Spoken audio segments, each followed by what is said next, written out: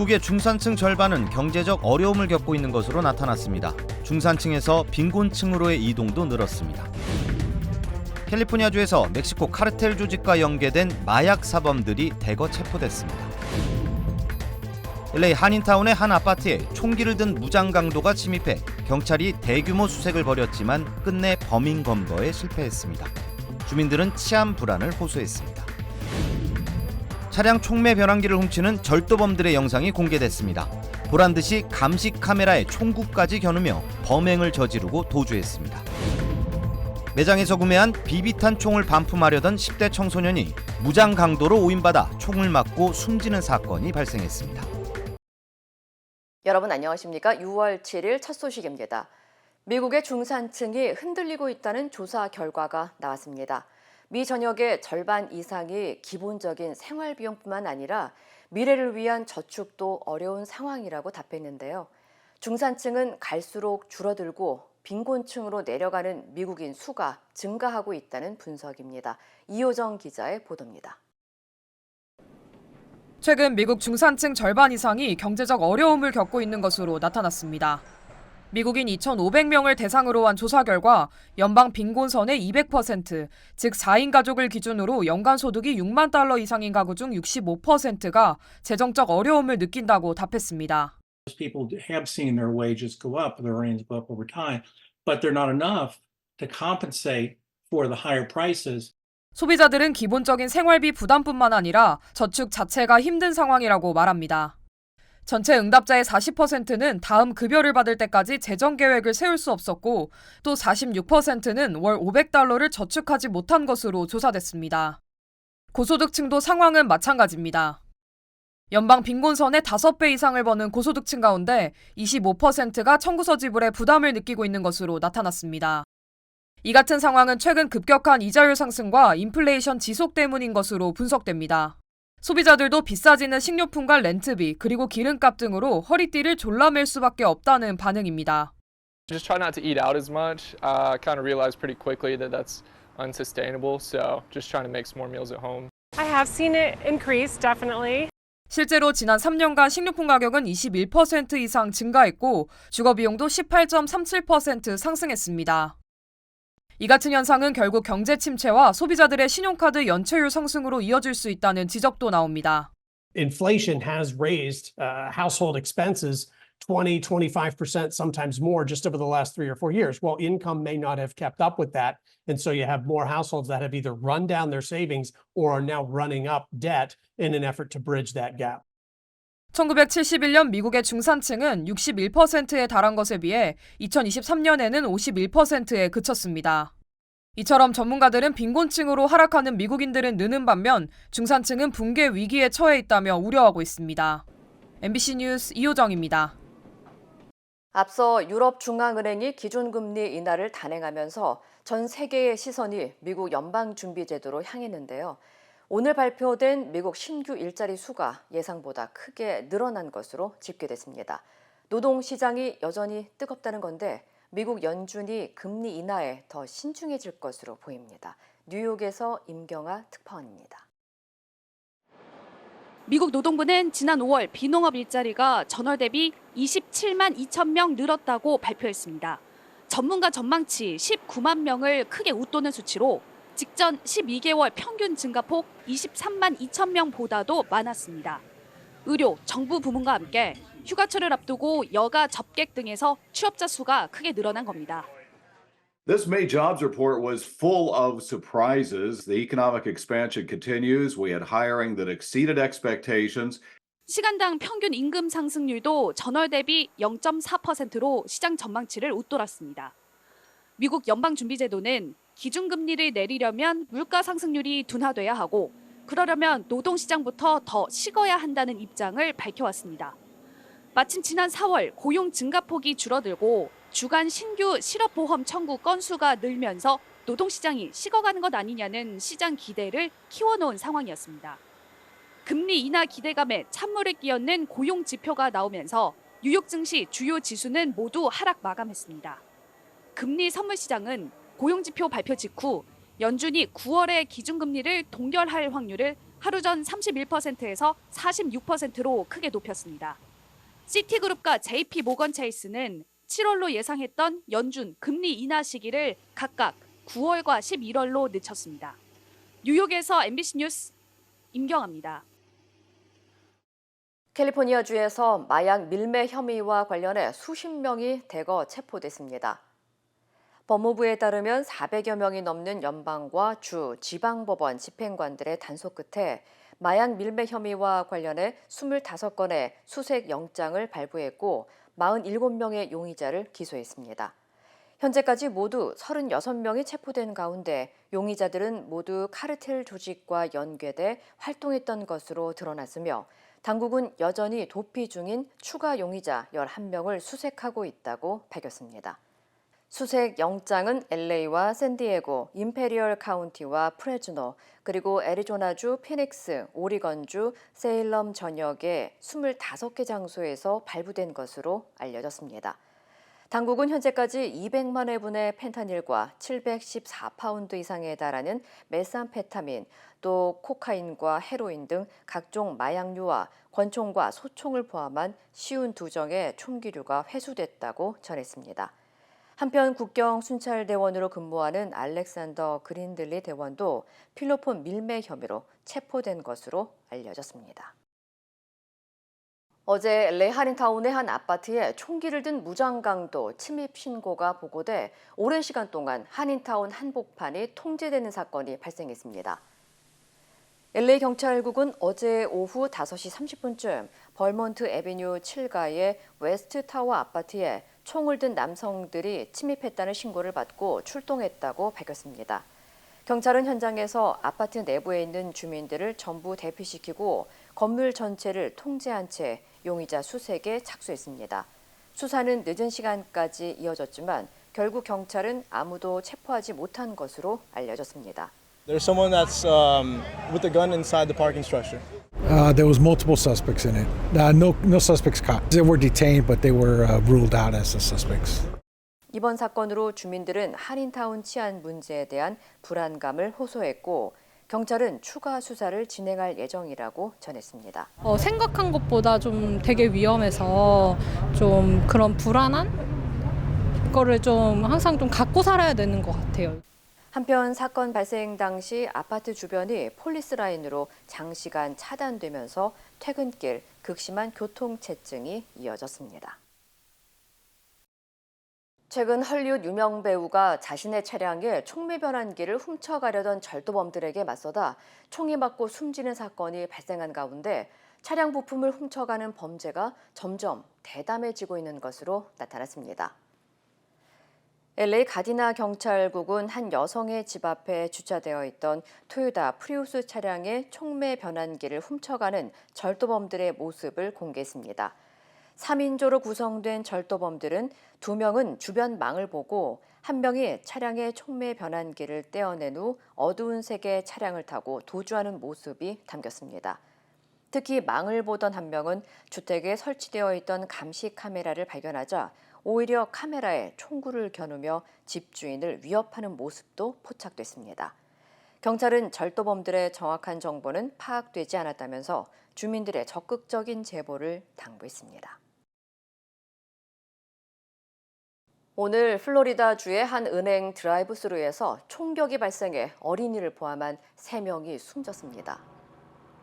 마이애미 데이드 경찰국에 따르면 오늘 오전 7시 37분쯤 버들로드와 152번가에 있는 체이스 은행에서 SUV를 운전하던 한 남성이 드라이브 스루를 기다리던 시에라 미니밴 차량 옆으로 다가가 정차했습니다. 남성은 그 순간 시에라 미니밴 차량을 향해 총격을 가했고 이후 자신에게도 총을 겨눠 스스로 목숨을 끊었습니다.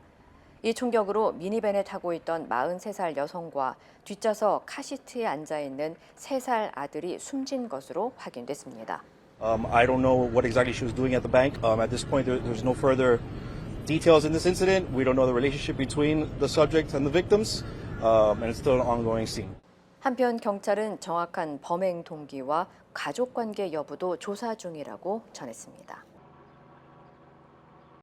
장난감 총을 바꾸기 위해 매장을 찾은 10대가 무장 강도로 오인받아 총을 맞고 숨지는 사건이 발생했습니다.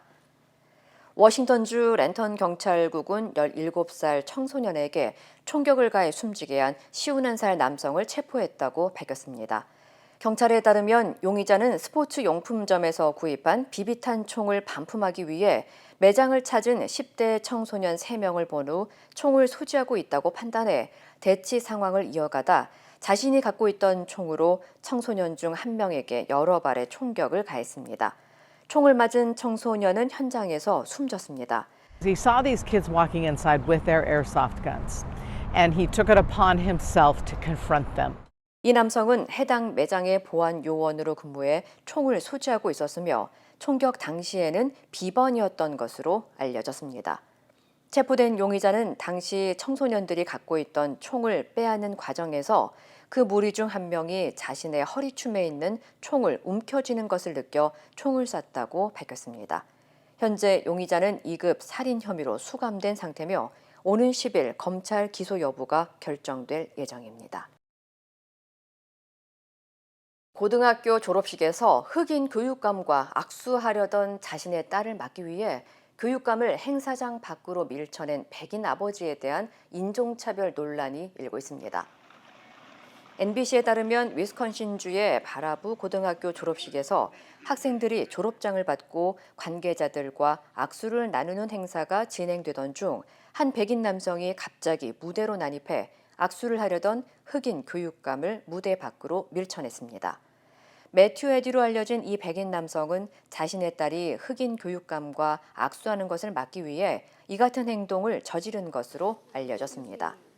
당시 상황을 지켜보던 수백여 명의 학생들은 백인 남성을 쫓아내라며 야유를 보냈고 남성은 결국 학교 관계자들에 의해 무대 밖으로 끌려나갔습니다. 웃음을 띠고 악수를 하려던 백인 남성의 딸 역시 굳은 표정으로 무대에서 내려가는 모습이 포착됐습니다.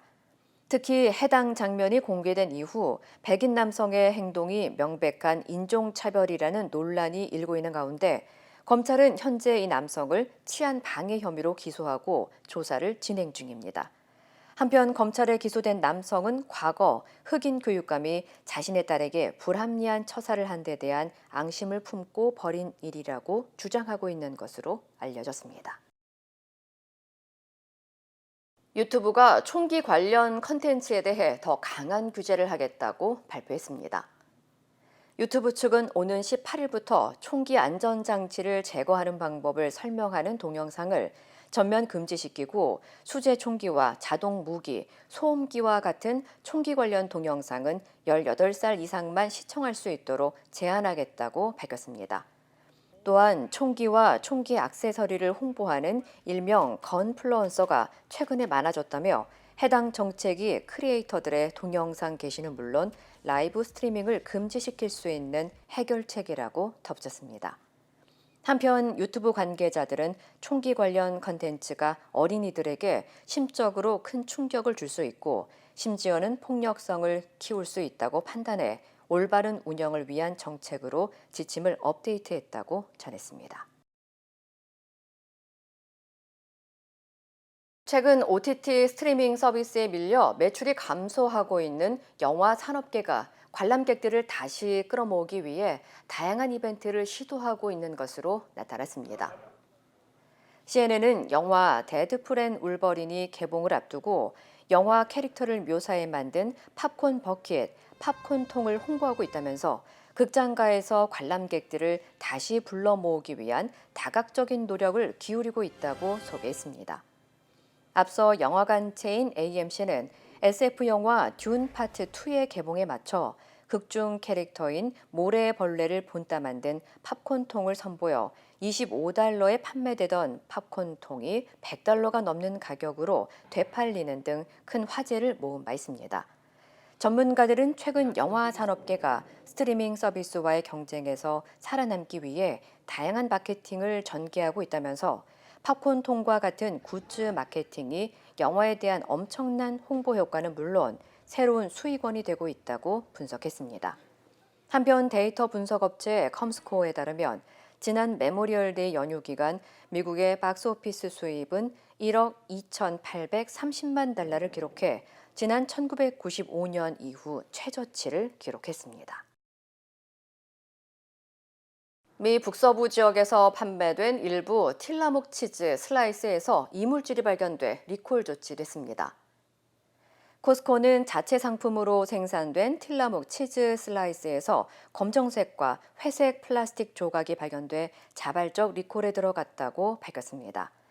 리콜 대상은 5월 9일부터 31일 사이에 판매된 틸라목 콜비잭과 몬트레이잭 치즈 슬라이스 32온스 트윈팩 패키지며 알래스카주와 아이다호, 오레곤, 유타, 워싱턴, 몬타나 지역이 포함됩니다.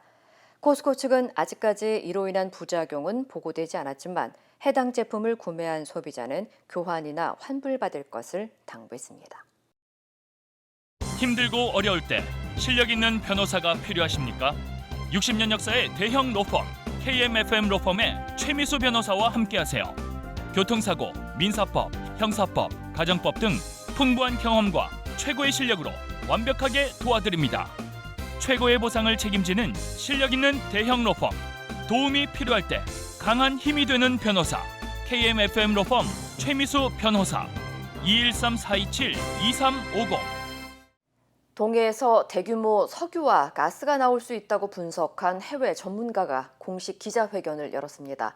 그는 성공률이 20%에 달해 개발 가능성이 높다고 평가했지만 시추를 해봐야만 알 수 있다는 원론적인 답변도 내놨습니다. 정혜인 기자입니다. 아브레우 고문은 동해안의 석유, 가스 개발이 유망하다고 강조했습니다. The Ulan Basin is highly prospective, has the presence of all the key main elements already tested in wells. 석유나 가스가 나올 가능성이 높은 이른바 유망 구조는 7곳이라고 밝혔습니다. 이 지점은 석유공사가 탐사해온 동해의 3개 광구에 걸쳐 있습니다. 아브레우 고문은 매장량이 컸던 가이아나 리자의 경우도 가능성은 16%였다면서 이번 개발 가능성을 높게 평가했습니다. 20% is very good in a frontier basin. If I have 5 that look like that one, I will find oil in one of them. 다만 경제성 있는 탄화수소가 누적됐는지는 아직 알 수 없다면서 이를 입증할 방법은 시추뿐이라고 밝혔습니다. 액트지오의 규모에 대해선 전문가인 팀원들이 세계 각지에 흩어져 있고 대규모 프로젝트의 분석을 소규모 업체가 맡는 건 흔한 일이라고 해명했습니다. 석유공사는 4개 업체의 경쟁 입찰을 통해 액트지오 한 곳을 선정해 분석을 맡겼다고 밝혔습니다. 석유공사는 오는 12월 심해 지역에서 1차 탐사 시추를 실시합니다. MBC 뉴스 정희입니다. 문재인 전 대통령의 부인 김정숙 여사의 2018년 인도 방문을 놓고 국민의힘의 파상 공세가 지속되자 야당 인사들이 반박하고 나섰습니다. 여당이 6천만 원이라고 주장하는 기내식 비용이 실제로는 2천만 원대였고 인도 총리가 보낸 초청장을 공개하면서 셀프 초청 의혹도 일축했습니다. 신수아 기자입니다. 국민의힘이 제기하는 셀프 초청 의혹에 대해 당시 인도 방문 대표단장이었던 도종환 전 문체부 장관은 인도 모디 총리의 초청장을 공개했습니다. 모디 총리는 김 여사를 초청해 기쁘다고 적었습니다. 셀프 초청한다고 됩니까? 셀프 초청을 해달라고 해서 가면 인도 총리가 만나주겠습니까? 공식 회의가 진행이 되겠습니까? 도 전 장관은 문 전 대통령이 넉 달 만에 다시 인도에 갈 수 없어 김정숙 여사가 대신 가게 된 것이라며 영부인에게 공식 직함이 주어지지 않아 서류상 특별 수행원으로 적은 거라고 설명했습니다. 6천만 원이 넘는 초호화 기내식 논란에 대해서도 정면 반박했습니다. 당시 청와대 상황실장이던 윤건영 의원은 기내식의 실제 비용은 3분의 1에 불과했다고 밝혔습니다. 국민의힘은 6천만 원 넘게 썼다고 주장하지만 운송, 보관비 등 비용이 4천만 원이 넘고 실제 식사비는 2,167만 원, 내끼에 105만 원이었다는 겁니다. 김정숙 여사의 기내식비는 이 중에서 전체가 105만 원입니다. 4.8%가 김정숙 여사의 기내식 비용입니다. 윤 의원은 이 금액이 현재 윤석열 정부의 기내식과 같은 수준이라고 설명했습니다. 문재인 정부 측 정면 대응에 대해 국민의힘은 옆구리를 찔러받은 초청장을 공개했을 뿐이라고 평가절하했지만 기내식 비용 등과 관련해선 추가 의혹을 제기하지 않았습니다. 민주당은 누가 봐도 김건희 여사 특검법을 물타기 하려는 방탄용 시비라면서 치졸한 공세를 중단하라고 촉구했습니다. MBC 뉴스 신수아입니다. 대한의사협회의 총파업 찬반 투표가 역대 최고 투표율로 마무리됐습니다. 서울대를 시작으로 대학병원들의 집단 휴진 움직임이 확산되는 가운데 환자들의 안전과 생명에 문제를 일으킬 수 있는 결정을 철회하라는 호소도 잇따랐습니다. 유서영 기자입니다. 오늘 자정 마무리된 대한의사협회 총파업 찬반 투표는 역대 최고의 투표율을 기록했습니다. 6월 중 집단 휴진 등 단체 행동에 참여할지를 물었는데 상당수가 찬성했을 가능성이 높습니다. 최근 뒤늦게 공개된 지난해 12월 파업 투표 찬성률도 80%를 넘어섰던 것으로 알려졌습니다. 의협은 내일 개원이와 전공의, 의대생 등이 모두 참여하는 대표자 회의를 열고 파업 여부와 시점 등을 정할 방침입니다. 가장 압도적으로 높은 투표율을 보이고 있습니다. 그만큼 이번 사태의 시급한 해결이 필요하다는 회원들의 뜻이 강렬한 것으로 오는 17일부터 무기한 집단 휴진을 결정한 서울대병원을 필두로 집단 휴진 움직임도 확산되고 있습니다.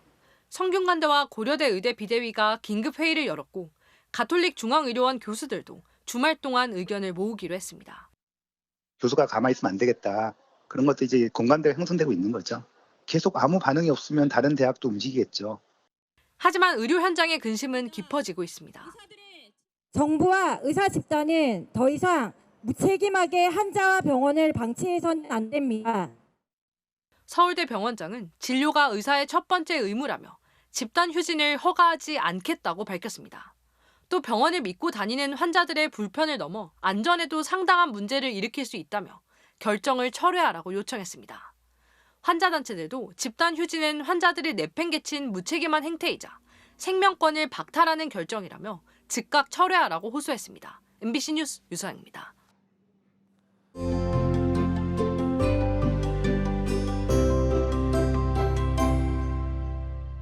2023년 9월 20일 캘리포니아 게빈 뉴섬 주지사가 효과적인 직장 폭력 예방 계획을 마련하여 실행하고 유지하도록 하는 상원 법안 553호에 서명하였습니다. 이는 10인 이상의 직원을 둔 사업체에 해당이 되며 올해 7월 1일부터 발효됩니다. 법안을 발의한 데이비드 호르테즈 캘리포니아주 상원의원은 모든 노동자가 안전을 보장받을 수 있는 환경에서 근무할 수 있어야 한다고 강조하였습니다. 이 법안의 목적은 마켓이나 소매업체에서 발생하고 있는 절도범이나 강도에 맞서다가 다치거나 피해를 보는 직원을 보호하려는 데 있습니다.